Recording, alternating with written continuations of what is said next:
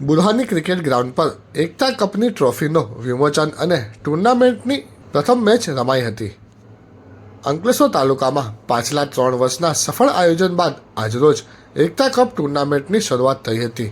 તાલુકામાં એકતા જળવાઈ રહે તેમજ યુવા પ્રતિભાઓ બહાર આવે તેવા ઉદ્દેશ સાથે સતત 3 વર્ષના સફળ આયોજન બાદ આજથી એકતા કપનો શુભારંભ થયો હતો.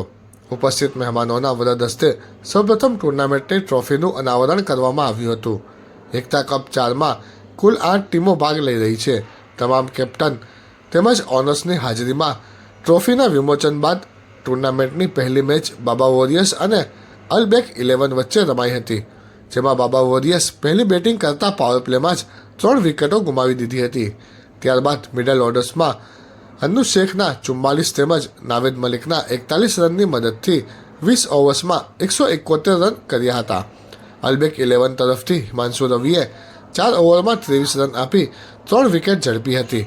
171 રનનો પીછો કરવા ઉતરેલ અલબેક 11 શરૂઆતમાં 2 વિકેટ ગુમાવ્યા બાદ સદ્દામના 58 તેમજ મનોજ પટેલના 37 રનની મદદથી અલબેક 11 ફક્ત 166 રન કરી શકી હતી.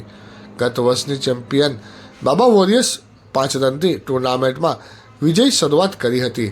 આ ટુર્નામેન્ટની ટ્રોફીનું વિમોચન તથા પ્રથમ મેચમાં મુખ્ય મહેમાન તરીકે હાશિમ પટેલ, ફારૂક પટેલ, હેમિક મોદી, સેમ ખાન, વનરાજ પટેલ તેમજ યુનુસ મલેક ખાસ ઉપસ્થિત રહી ટ્રોફી વિમોચનની સાથોસાથ મેચની મજા માણી હતી.